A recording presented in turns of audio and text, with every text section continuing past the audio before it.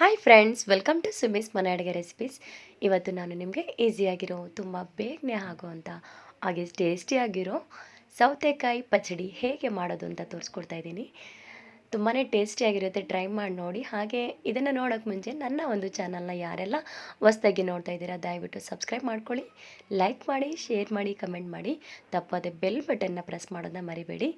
So ಇಲ್ಲಿ ನಾನಿಲ್ಲಿ ಒಂದು ಮೀಡಿಯಮ್ ಸೈಜ್ದು ಸೌತೆಕಾಯಿ ಅಂದರೆ ಎಳೆದಾಗಿರೋದನ್ನ ತೊಗೊಂಡು ಅದರ ಸೈಡ್ನಲ್ಲಿ ಅದ್ರ ಕಹಿನ ತೆಗೆದಿಟ್ಕೊಂಡು ತೊಳೆದು ಕಟ್ ಮಾಡಿ ಇಟ್ಕೊಂಡಿದ್ದೀನಿ ಸಣ್ಣದಾಗಿ.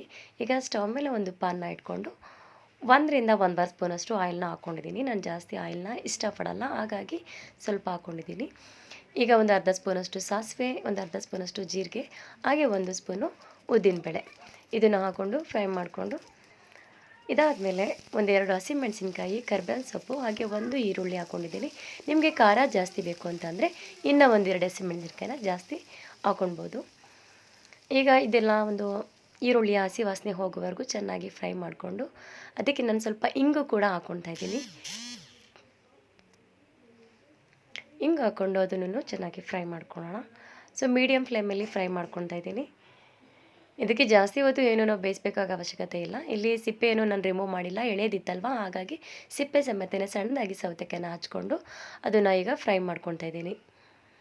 ಇದನ್ನು ಒಂದು ಮೀಡಿಯಮ್ ಫ್ಲೇಮಲ್ಲೇ ಚೆನ್ನಾಗಿ ಫ್ರೈ ಮಾಡ್ಕೊಳ್ಳಿ. ಮತ್ತು ಇದಕ್ಕೆ ಸ್ವಲ್ಪ ಒಂದು ಅರ್ಧ ಸ್ಪೂನು ಅಥವಾ 1/4 ಟೀ ಸ್ಪೂನಷ್ಟು ಅರಿಶಿನ ಪುಡಿನ ಸೇರಿಸ್ಕೊಂಡು ಹಾಗೆ ಸಾಲ್ಟು ಅದನ್ನು ಕೂಡ ಸೇರಿಸ್ಕೊಂಡು ಫ್ರೈ ಮಾಡ್ಕೊಳ್ಳೋದು. ಸೊ ದಿಢೀರ್ನೆ ಏನು ಮಾಡೋದು ಅಂತ ಯೋಚನೆ ಮಾಡ್ತಿದ್ರೆ ಈ ರೀತಿ ಒಂದು ರೆಸಿಪಿನ ಟ್ರೈ ಮಾಡಿ, ತುಂಬ ಬೇಗನೆ ಆಗುತ್ತೆ, ಟೈಮು ಕೂಡ ಸೇವ್ ಆಗುತ್ತೆ. ಈಗ ಅದೆಲ್ಲ ಫ್ರೈ ಆದಮೇಲೆ ಜಸ್ಟ್ 1-2 ಮಿನಿಟ್ಸು ನಾವು ಲಿಡ್ನ ಕ್ಲೋಸ್ ಮಾಡಿಕೊಂಡು ಹಾಗೆ ಬೇಯಿಸ್ಕೊಳ್ಳೋಣ. ಆ್ಯಕ್ಚುಲಿ ಈ ಸೌತೆಕಾಯಿ ಜಾಸ್ತಿ ಬೇಯೋದೇನು ಬೇಕಾಗಿಲ್ಲ, ಕ್ರಂಚಿ ಆಗಿದ್ರೇ ಚೆನ್ನಾಗಿರುತ್ತೆ. ಜಸ್ಟ್ ಒಂದು ಸ್ವಲ್ಪ 1 minute R 2 minute is enough. ನೋಡಿ, ಈ ಥರ ಕಲರ್ ಚೇಂಜ್ ಆಗಿದೆ ಅಷ್ಟೇ. ಸೊ ಆದ್ರೂ ಅದು ಕ್ರಂಚಿಯಾಗೇ ಇರುತ್ತೆ, ಜಾಸ್ತಿ ಏನು ಬೇಯಿಸ್ಕೊಳ್ಳೋಕೆ ಹೋಗಬೇಡಿ.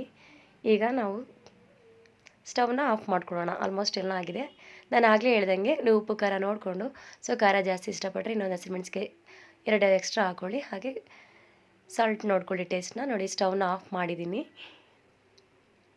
ಈಗ ಇದಕ್ಕೆ ಸ್ಟವ್ ಆಫ್ ಆದಮೇಲೆ ಅದು ತಣ್ಣಗಾದ್ಮೇಲೆ ಕೊತ್ತಂಬರಿ ಸೊಪ್ಪನ್ನ ಹಾಕ್ಕೊಂಡು ಮತ್ತು ನಾವು ಒಂದು 1/4 ಲೀಟ್ರಷ್ಟು ಮೊಸರು ತೊಗೊಂಡಿದ್ದೀನಿ. ಒಂದು ಸೌತೆಕಾಯಿಗೆ 1/4 ಲೀಟ್ರ್ ಮೊಸರು.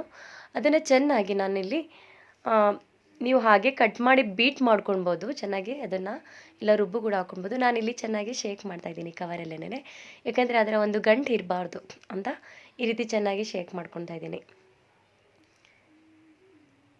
ನೋಡಿ, ಆದಷ್ಟು ಚೆನ್ನಾಗಿ ಅದನ್ನು ಶೇಕ್ ಮಾಡಿಕೊಂಡ್ರೆ ಒಳಗಡೆ ಅದೆಲ್ಲ ಗಂಟೆಲ್ಲ ಹೊರಟೋಗುತ್ತೆ. ಈಗ ಇದನ್ನು ಹಾಗೆ ಹಾಕ್ಕೊಳ್ಳೋದು. ಇದೇನು ಕಾಯಿಸೋಷ್ಟಿಲ್ಲ, ಮೊಸರು ಹಾಕಿದ್ಮೇಲೆ ನಾವೇನು ಬಿಸಿ ಮಾಡೋಂಗಿಲ್ಲ. ಸ್ಟವ್ ಆಫ್ ಮಾಡಾದ್ಮೇಲೆ ಈ ರೀತಿ ಹಾಕ್ಕೊಳ್ಬೇಕು.